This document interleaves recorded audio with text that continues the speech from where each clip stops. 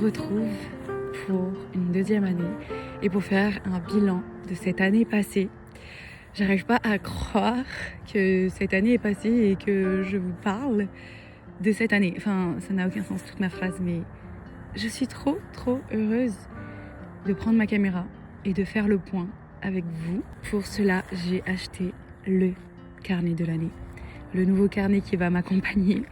J'ai terminé celui de l'année dernière et cette année, je me suis dit on va repartir sur du rouge. Il n'y avait pas beaucoup de couleurs à la librairie où je suis allée l'acheter, mais je me suis dit que le rouge m'appelait.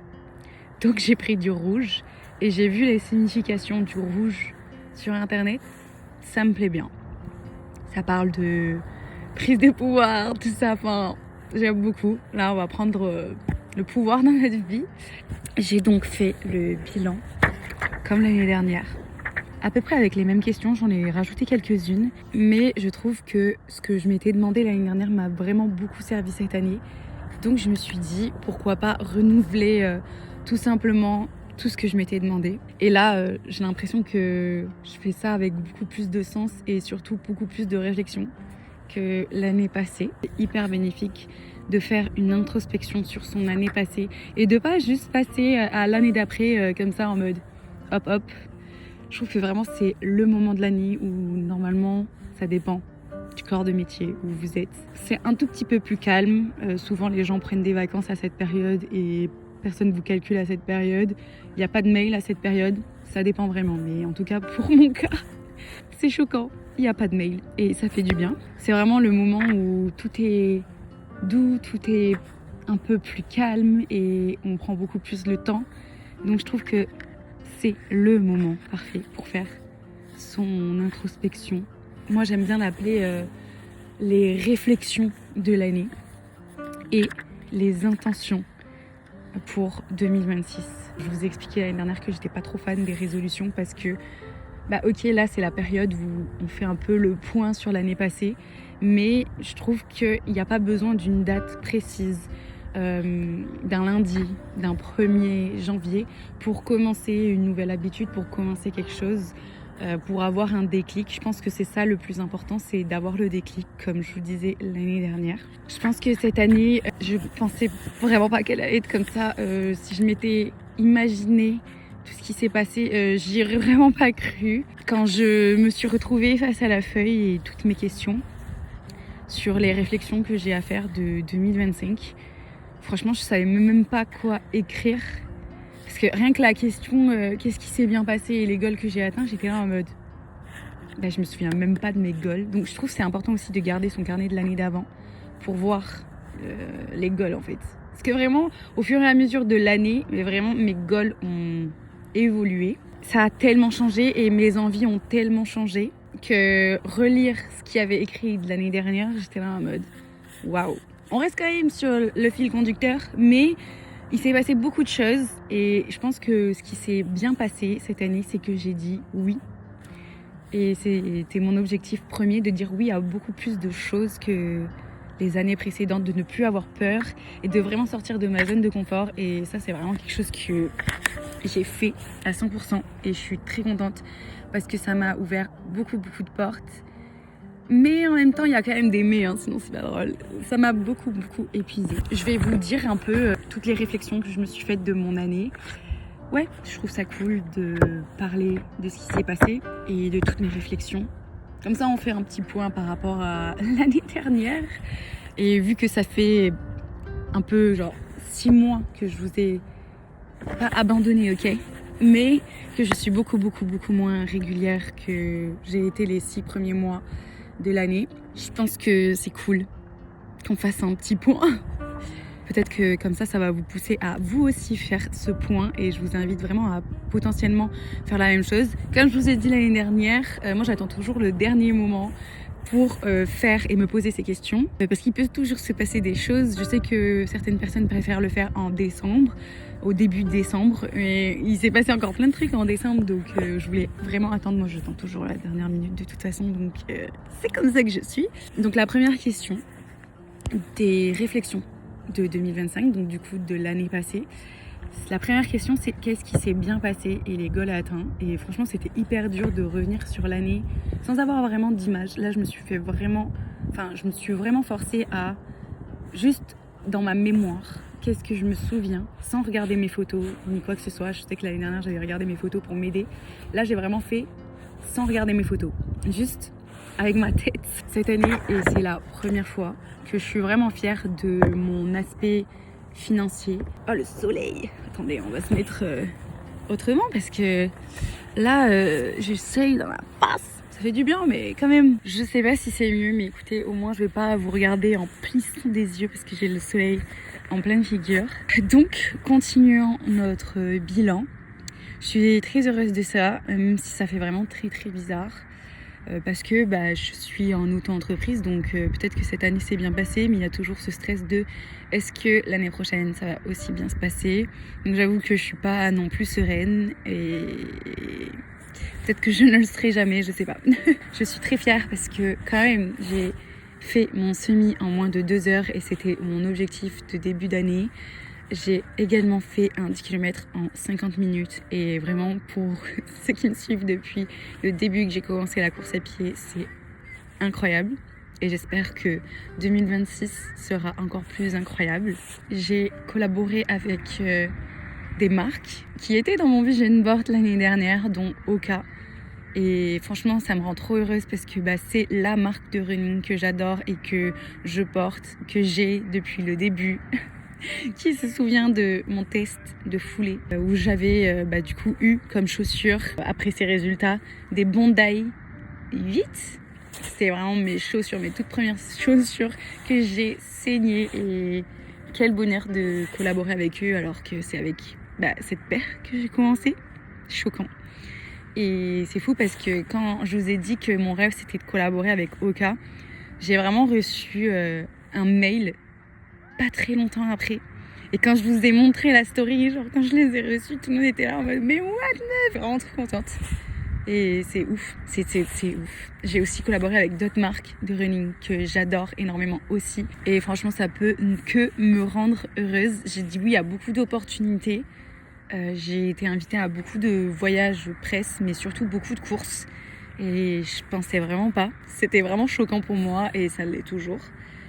Et ça m'a vraiment rempli de joie d'être invitée à des événements comme le 10 km Adidas ou alors le duo étoilé qu'on a fait avec Martin. C'est vraiment... je crois que c'est surtout le mois de juin qui a été très très très chargé et qui m'a vraiment rempli de bonheur. C'était vraiment incroyable. C'était, je pense, le meilleur mois de l'année. Et j'ai pas arrêté. J'ai été très fatiguée après, mais sur le moment, j'ai tellement profité et j'étais tellement reconnaissante. Je savais que j'avais de la chance d'être là. Et je pense que c'est le plus important, de savoir qu'on a de la chance, de rester sur Terre. Ensuite, il y a des choses qui se sont bien passées, mais il y a aussi des choses qui ne se sont pas forcément bien passées. J'ai pas réussi à vivre uniquement de mes réseaux sociaux comme... c'était mon objectif. On pourrait croire comme ça que je ne vis que des réseaux sociaux, mais non. Je suis freelance à côté. Du coup, je fais de la création de contenu pour des marques à côté de l'influence. Je m'occupe de stratégie marketing, aussi du montage vidéo, beaucoup de montage vidéo. Aujourd'hui, je me sens pas de vivre 100% que de l'influence parce que je trouve que c'est assez instable quand même. En tout cas pour moi et pour le moment. Et déjà que être en freelance, c'est pas mal instable. Si en plus de ça, je me rajoute le fait de vivre que de ça, je sais pas. On verra ça pour la suite. Ce que j'ai pas réussi aussi cette année, c'est à plus faire confiance. Je suis toujours aussi méfiante. Et ouais, c'était l'un de mes objectifs de 2025, de me livrer un peu plus, de découvrir de nouvelles amitiés. Mais j'avoue que je suis toujours dans la crainte. J'ai pas réussi. Il y a aussi, côté perso, j'ai eu beaucoup de, je sais pas comment qualifier, mais de douleurs. Côté perso, il y a des choses qu'on peut pas contrôler et souvent on peut pas contrôler grand chose, mais elle a été très douloureuse niveau perso et c'était une année assez compliquée avec beaucoup d'événements familiaux que je n'avais jamais vécu. négatif. Mais comme je vous ai dit, c'est des choses qu'on ne peut pas contrôler et avec quoi on doit vivre, malheureusement. Ouais, c'était pas foufou. Bref, pour revenir à du positif, je suis vraiment fière d'avoir fait le tour du Mont Blanc. Je vais vous sortir une vidéo YouTube, je vous en ai parlé et il faut vraiment que je le fasse. Normalement, ça devrait sortir en mars ou fin février si j'ai eu le temps de faire le montage comme je le souhaitais et ouais, que tout soit prêt comme je l'imagine. J'ai terminé beaucoup de courses aussi avec le sourire et c'est ce qui compte le plus, je pense. Et c'est ce dont je suis le plus fière et ce que je veux continuer à faire en 2026. Arriver à la ligne d'arrivée avec le sourire parce qu'on n'est pas athlète pro ici et c'est ce qui compte le plus, je pense. Le finir avec fierté et sourire, qu'importe le temps, qu'importe comment vous avez géré la course, tout ça, enfin voilà, je suis fière. Il y a certaines courses que j'ai pas finies avec le sourire, justement parce que j'étais trop frustrée, mais je veux que ça arrive vraiment le moins possible. Je suis fière de toujours avoir cru en moi malgré un peu mes rechutes, parce que je me suis beaucoup comparée cette année, et chose que je ne veux plus faire et que je ne voulais plus faire, mais que c'était un peu inévitable, mais parce que je l'ai choisi. Mais voilà, je suis fière quand même, malgré toutes les comparaisons, tout ce que je me suis infligée à moi-même, parce que c'est moi qui me suis infligée cette comparaison, de toujours avoir cru en moi et de toujours aller de l'avant. C'est toujours le plus important. Je pense que le plus de cette année, c'est d'avoir continué à grandir ici sur YouTube, que ce soit sur Insta ou YouTube, de vous avoir rencontré, parce que vraiment cette année, j'ai comme eu un retour de ce que j'avais fait la première année ici sur Instagram. Je vous ai rencontré.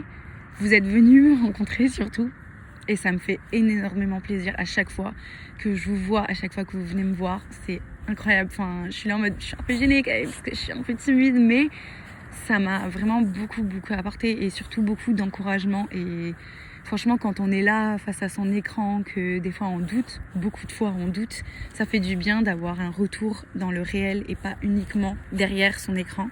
Donc merci à toutes celles qui sont venues me voir cette année et merci à toutes celles qui continueront à venir et à avoir le courage de venir parce que peut-être que vous êtes timide comme moi.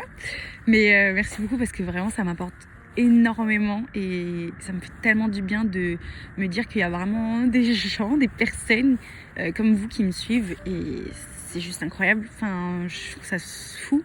Je trouve ça fou. Mon rêve, ça a toujours été d'être youtubeuse, déjà, premièrement. De vivre de ça, c'est un rêve. Et un rêve de me dire que je participe potentiellement à vous apaiser à un moment donné dans votre vie, que je vous aide à vous motiver à un moment donné dans votre vie. Franchement, c'est deux trucs qui m'apportent tellement, de me dire que je motive et que j'apaise des gens. Enfin, c'est ce qui revient le plus sous mes commentaires ou alors quand je vous rencontre.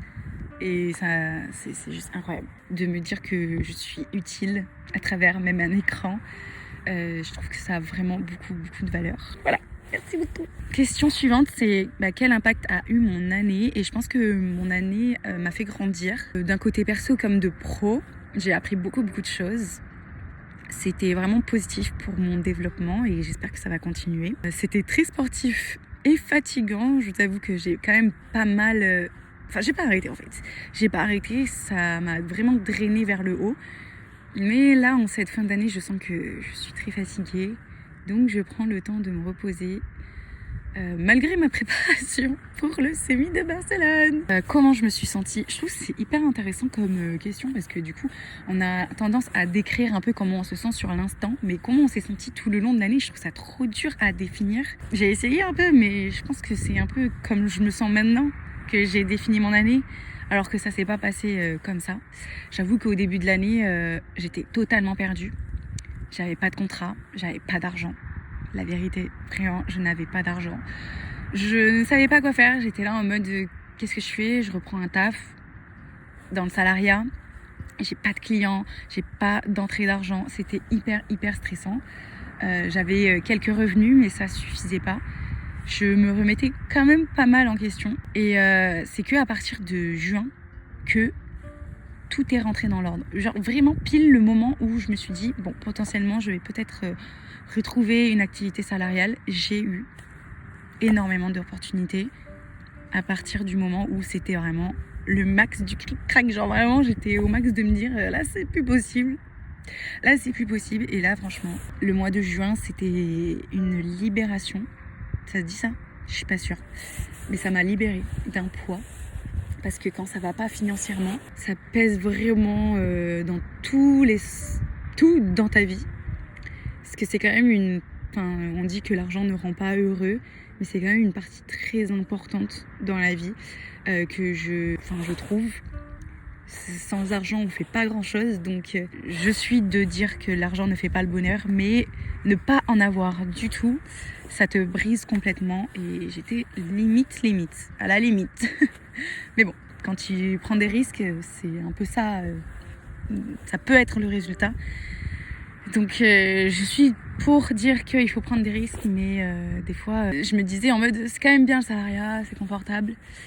Même si je suis très contente d'avoir pris ces risques, j'avoue que c'est pas facile d'en prendre et d'assumer ce qui se passe après. Parce que ça peut être positif comme ça peut être négatif. En bref, quoi qu'il en soit, même si j'ai un peu perdu espoir à milieu d'année, j'ai retrouvé la lumière à partir de juin et ça m'a vraiment beaucoup fait de bien. Donc ça a été assez drainant à partir de juin justement. C'est pour ça que c'est un peu difficile de dire comment je me suis sentie tout le long de l'année, parce qu'aujourd'hui je me sens en sécurité, je me sens bien, je me sens alignée, mais au début de l'année j'étais perdue, j'étais instable, j'étais vraiment pas bien, alors qu'aujourd'hui ça va, donc je dirais que ça m'a drainée, mais en même temps c'est maintenant, c'est l'instant T, donc c'est compliqué. Je sais pas si c'est dû à cette période-là j'ai rien eu pendant 5 mois. Pas rien, mais pas suffisamment pour vivre tout court. Je me suis sentie, à partir de juin, je dirais, du coup, quand j'ai eu plein d'opportunités, pressée par le temps, avec cette impression de devoir toujours faire plus parce que justement, j'ai ces opportunités-là, donc je peux pas dire non. J'ai dit oui à tout. J'ai dit oui à tout avec le cœur, mis de côté certaines choses qui ne pouvaient plus être possibles pour moi parce que justement c'était trop. J'ai voulu faire à un moment donné tout, mais c'était pas possible. Donc je me suis remis en question à partir de septembre et je me suis dit ok, je vais pas pouvoir suivre ce rythme, qu'est-ce que je priorise?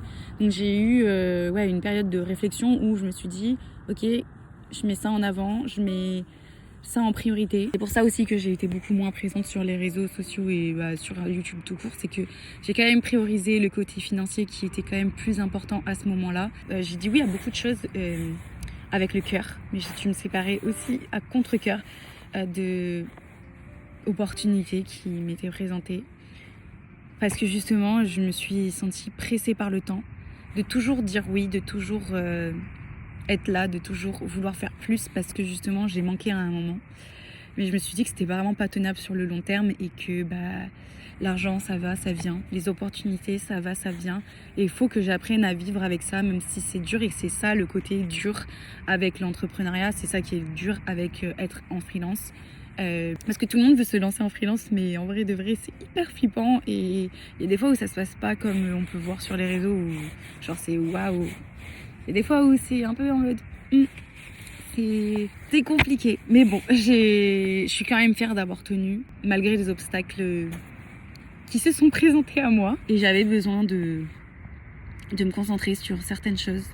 Et surtout d'être présente à 100% sur ces choses-là, parce que je déteste faire les choses à moitié. Donc voilà. je préfère être à 100% quelque part que d'être 10% par-ci, 10% par-là, juste être présente, mais être pour de vrai, être là pour de vrai, parce que je trouve ça horrible d'être là à genre 50%, même 10%. Bref, aujourd'hui, c'est la prochaine question, comment je me sens maintenant? Je me sens alignée, mais un peu perdue dans ce que je dois faire. Qu'est-ce que je dois faire maintenant? Qu'est-ce que je veux faire? Ça, je suis profondément en accord avec ce que je veux faire. Ce que je veux et ce que j'ai toujours voulu, c'est vivre des réseaux sociaux, vivre de ma passion, qui est de créer des vidéos sur YouTube, qui est de créer des vidéos tout court, raconter des histoires, créer. Je suis toujours en train de créer en soi, mais créer pour moi, créer pour vous, créer pour des choses qui ont du sens. parce que je trouve que c'est le plus important. J'avoue que je me sens pas trop confiante en ce moment parce que je me suis beaucoup comparée. J'ai eu une période où j'étais plus trop sur les réseaux sociaux, où j'avais limité mon temps d'écran justement après du coup le tour du Mont Blanc, où j'ai vraiment fait 8 jours sans réseaux sociaux, tout court. C'était incroyable. Je me suis jamais aussi bien sentie de toute ma vie qu'à cette période-là. Enfin, j'étais tellement apaisée, j'avais tellement d'idées, j'étais tellement créative. Mais en rentrant, je suis vite rentrée dans... Je vais sur Instagram, je scrolle, bref. Et je trouve que là, aujourd'hui, je me sens un peu moins confiante justement vis-à-vis de ça. C'est lié aux réseaux sociaux, c'est lié à la comparaison que je fais sans cesse avec d'autres personnes et qui réduit clairement ma créativité. Je pense que la plus grosse leçon que j'ai à tirer de cette année, c'est que j'ai la force mentale de faire les choses, de pouvoir faire les choses, et que c'est le plus important pour aller chercher des objectifs, que ce soit dans le sport, que ce soit dans le travail. Tout est dans la tête, tout est en moi. Il y a beaucoup de choses que je n'ai pas faites parce que dans ma tête je me bloque, que ce soit par exemple tout bêtement un objectif sportif. Il y a beaucoup de fois où je me suis dit je suis pas capable de faire plus, mais en fait c'est ma tête qui est bloquée, je le sais. Et aujourd'hui je le sais que c'est que mental, pas que mental, il faut aussi s'entraîner et bon, voilà quoi, c'est aussi physique, ça peut pas toujours suivre, mais j'ai eu beaucoup de réflexions où je me suis limitée sur des objectifs à cause de ma tête. Et bref, j'ai eu envie de dépasser ça cette année, mais je vous en ai déjà parlé. Je garde en 2026 ma force mentale, parce que je trouve que c'est vraiment très important. Et j'en ai une, donc je vais la garder. Les personnes qui me tirent vers le haut, le sport, parce que c'est indispensable à ma vie. Je me vois pas... je vois pas ma vie sans sport. Je trouve que ça m'apporte tellement, tellement de positif que... On va le garder, hein. On va le garder précieusement. D'avoir du cran, du culot, mais de toujours rester dans cette... toujours rester connecté à la réalité. Je trouve que c'est très important parce que je trouve qu'il y a beaucoup de gens qui ont beaucoup de culot, mais en même temps, ils sont complètement déconnectés de la réalité, surtout dans l'influence. Donc j'ai vraiment envie de rester ancrée dans cette réalité-là qui est juste la vie et pas cette réalité-là biaisée de ce qui est l'univers de l'influence que j'ai découvert cette année, plus en profondeur. Enfin bref, que je quitte, c'est mon anxiété. Ça, je le quitte pour toujours, j'aimerais bien. Surtout celle de toujours vouloir tout faire parfaitement, c'est fini, ok? Ça dégage. Les opportunistes, les gens qui gravitent tout autour de toi pour... les opportunistes, tout simplement. Les gens faux. Je suis quelqu'un de beaucoup trop vrai pour être entourée de gens faux. Déjà parce que je le vois. Je préfère ne pas avoir de relations que des relations fausses. J'aime les choses réelles et je les ai toujours aimées. Donc j'avoue que les choses pour le paraître, les choses pour juste faire partie d'un groupe, c'est pas mon truc. C'est pas mon truc. Ok, revenons face à l'océan pour parler entre nous des intentions de 2026. Qui est vraiment la partie la plus intéressante. Vraiment. Je me pose toujours quelques questions du genre, quel genre de personne je veux devenir, comment je veux vivre, qu'est-ce que je veux faire, pour essayer de voir ce qu'aujourd'hui je veux, ce que je veux garder de 2025 bien évidemment, mais ouais, qu'est-ce que je veux aujourd'hui, quels sont mes plus grands rêves. Souvent j'en mets 5 pour vraiment être, précis dans mes demandes, dans ce que je veux vraiment. Parce que je veux plein de choses en fait, et j'arrive pas trop à me prendre de décision de ce qui est vraiment important et ce que j'aimerais mettre encore plus en avant cette année. Ensuite, la troisième question que je me pose, c'est à quoi ressemblerait une journée parfaite dans ma vie en 2026. C'est vrai que cette question, j'aime beaucoup parce qu'elle peut vraiment changer au fur et à mesure des années. Et une journée parfaite qui pouvait l'être l'année dernière ne l'est peut-être pas aujourd'hui. Je trouve ça intéressant de voir l'évolution de ce que j'imagine être une journée parfaite.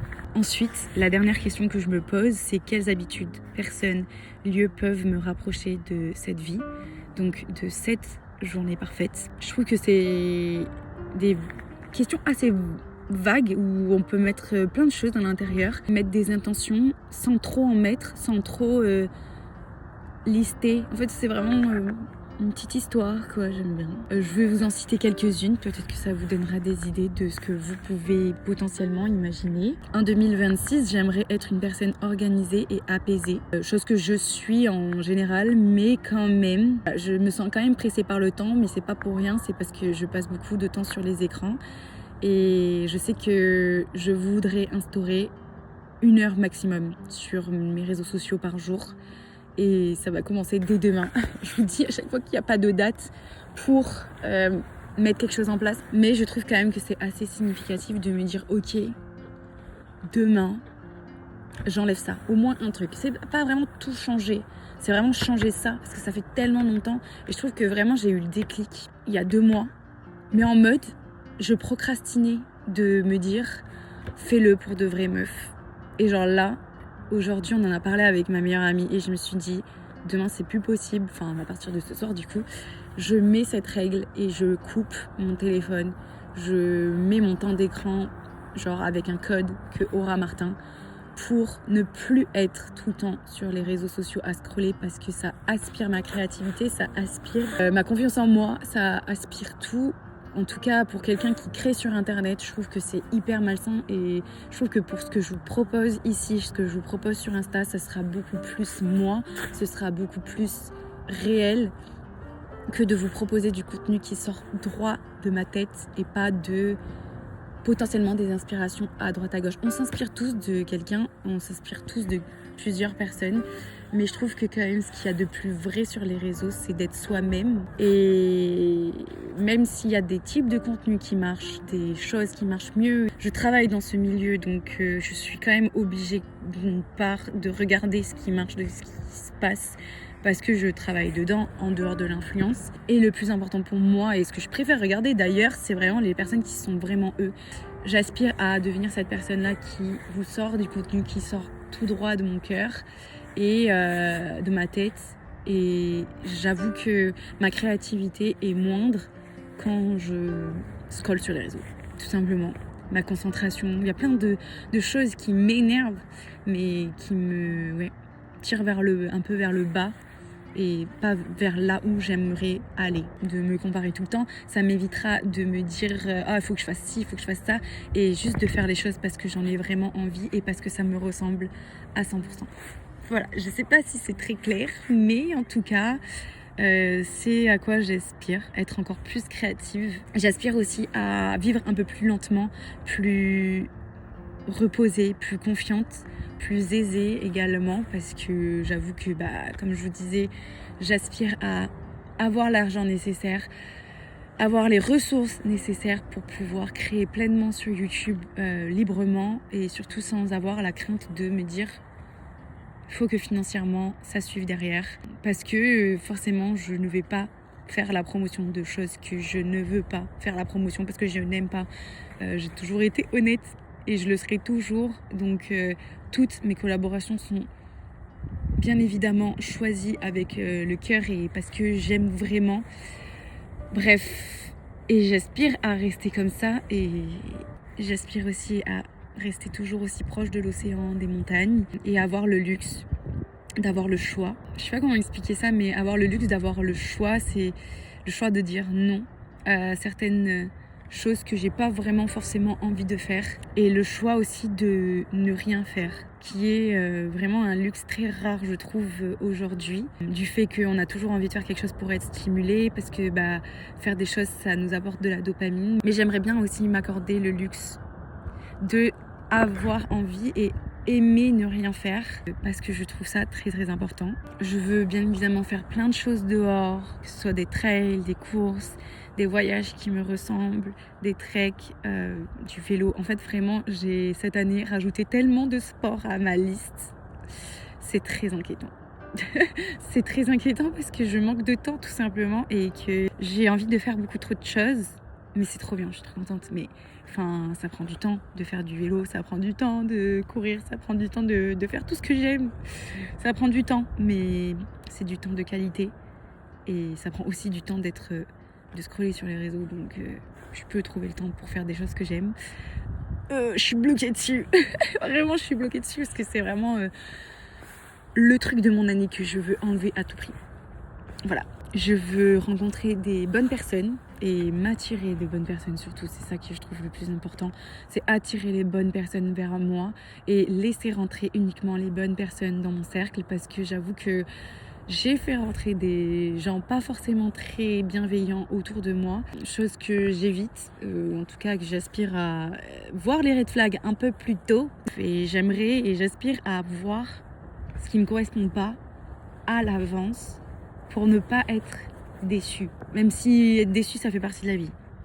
Voilà, après j'ai plein de petites choses à laquelle j'aspire. J'aimerais énormément faire une campagne publicitaire. Je sais pas pourquoi, mais cette année, c'est un peu devenu...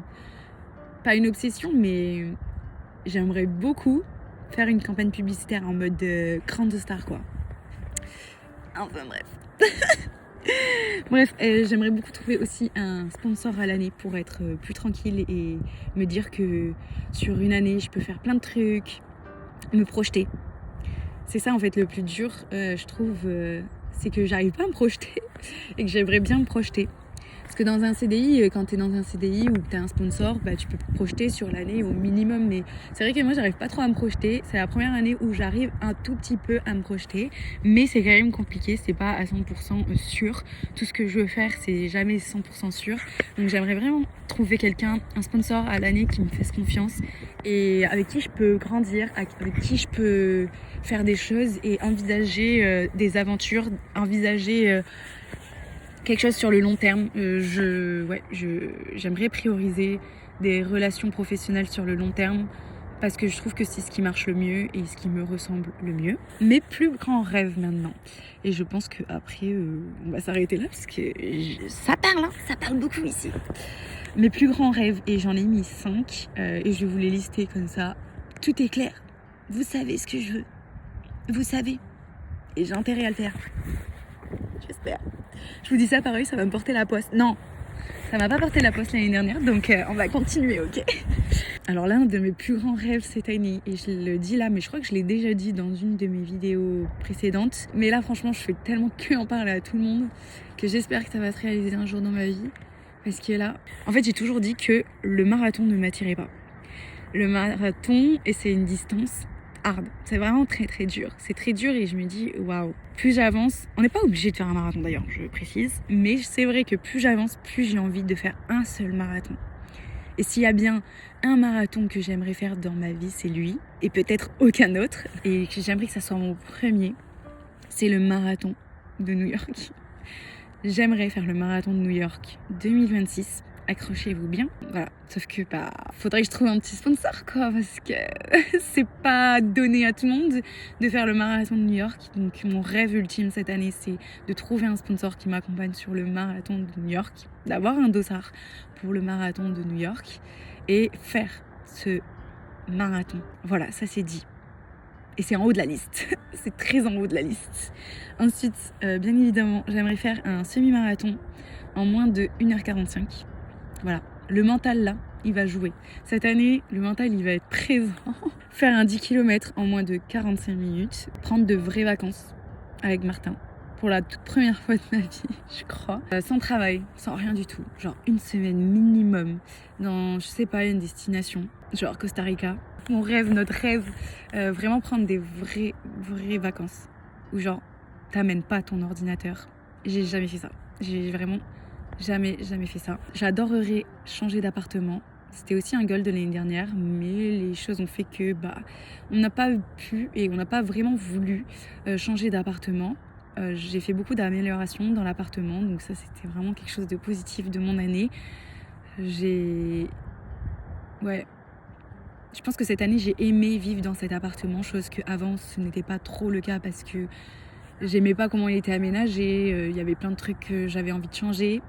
Là, j'ai un peu commencé à apprécier vivre dedans, à réaliser la chance que j'ai de vivre ici et de vivre dans cet appartement qui est quand même pas mal grand par rapport à ce qu'il y a sur le marché. Mais j'aspire à potentiellement cette année changer d'appartement, changer peut-être de ville. Je sais pas trop, je vous avoue, mais là, on commence un peu à se poser des questions à qu'est-ce qu'on a envie de faire avec Martin dans le futur.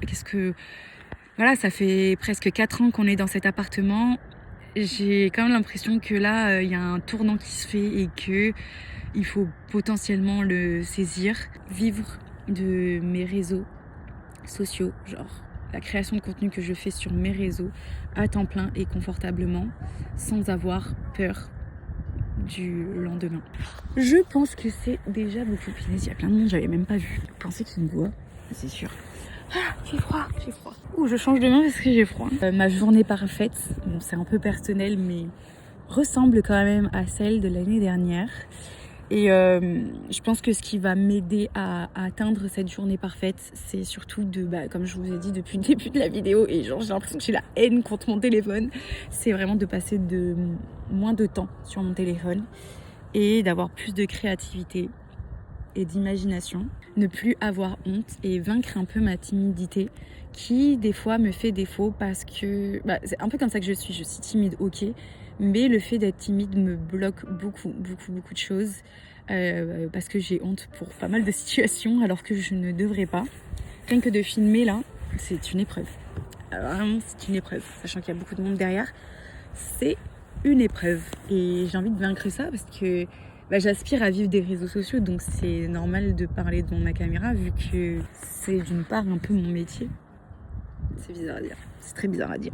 Voilà un petit gros bilan de mon année passée. J'espère que ça vous a peut-être potentiellement inspiré à vous faire de même.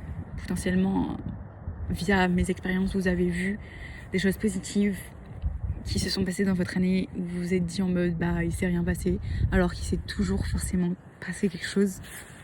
C'était un peu de travers. Je trouve qu'on se dit toujours à la fin de l'année, quand c'est un tout petit peu plat le rythme, qu'il s'est pas vraiment passé quelque chose. Et c'est pour ça que je trouve super important de faire cet exercice, de se poser pour voir ce qui s'est vraiment passé. Parce qu'en vrai, on passe souvent vite à autre chose sans vraiment réaliser. Et c'est trop dommage, parce qu'il y a ce besoin-là de rester là, de rester ancré, si je peux dire ce mot, sans que ça soit too much, mais pour le futur et mieux avancer et mieux comprendre.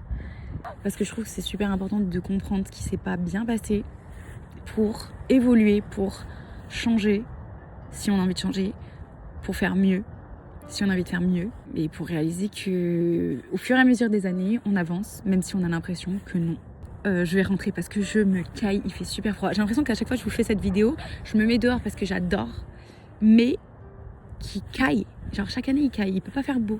Non, à chaque fois il fait un temps comme ça. Chaque année c'est ça. Et c'est comme ça, c'est juste le mois de décembre. Donc on va arrêter de se plaindre, il fait froid. Bah ouais, ok, merci, on est au mois de décembre. Je vais rentrer et faire mon vision board. Ça va être trop bien, c'est ma partie préférée.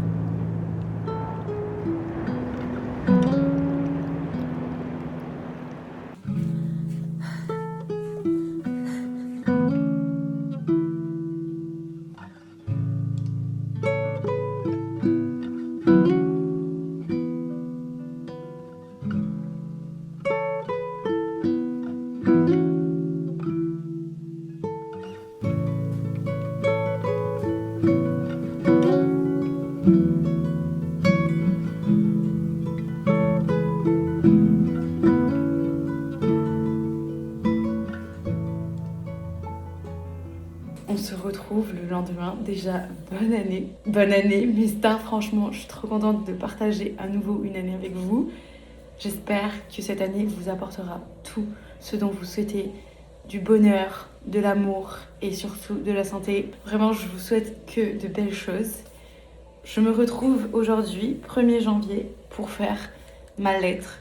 La lettre que je me fais pour la moi dans un an, que je vais glisser au tout début de mon carnet pour ne surtout jamais la perdre et pouvoir revenir dessus l'année prochaine. Je trouve que vraiment c'est l'étape la plus importante de tout ce que j'ai fait depuis hier. Vraiment l'étape qui a un peu le plus de sens. Pour écrire cette lettre, je m'aide de quelques petites questions que je me pose et qui vont être un peu le fil conducteur de ma lettre qui m'est destinée. Ça rejoint quand même les questions que je me suis posées précédemment, mais dans cette lettre, je vais vraiment mettre comment je me suis sentie dans cette année, comment je me sens maintenant. Des questions du type, est-ce qu'on est allé faire ça? Est-ce qu'on a fait ça? Est-ce que tu vas mieux? Est-ce que tu as réussi à résoudre ce problème qui est actuellement là maintenant dans ma vie et est-ce que dans un an, est-ce que je l'aurai résolu. Le but est vraiment de faire une lettre assez bienveillante envers vous-même pour l'année d'après, une lettre qui vous fait du bien à entendre, une lettre qui vous fait avoir un bond en arrière pour l'année suivante. En fait, vraiment, le but, c'est de relire cette lettre dans un an et de voir tout le chemin qu'on a parcouru. Et je trouve que c'est hyper cool de voir qu'à un moment donné dans notre vie, on a passé ça et que potentiellement, dans un an, ça aura changé. Potentiellement, des situations auront changé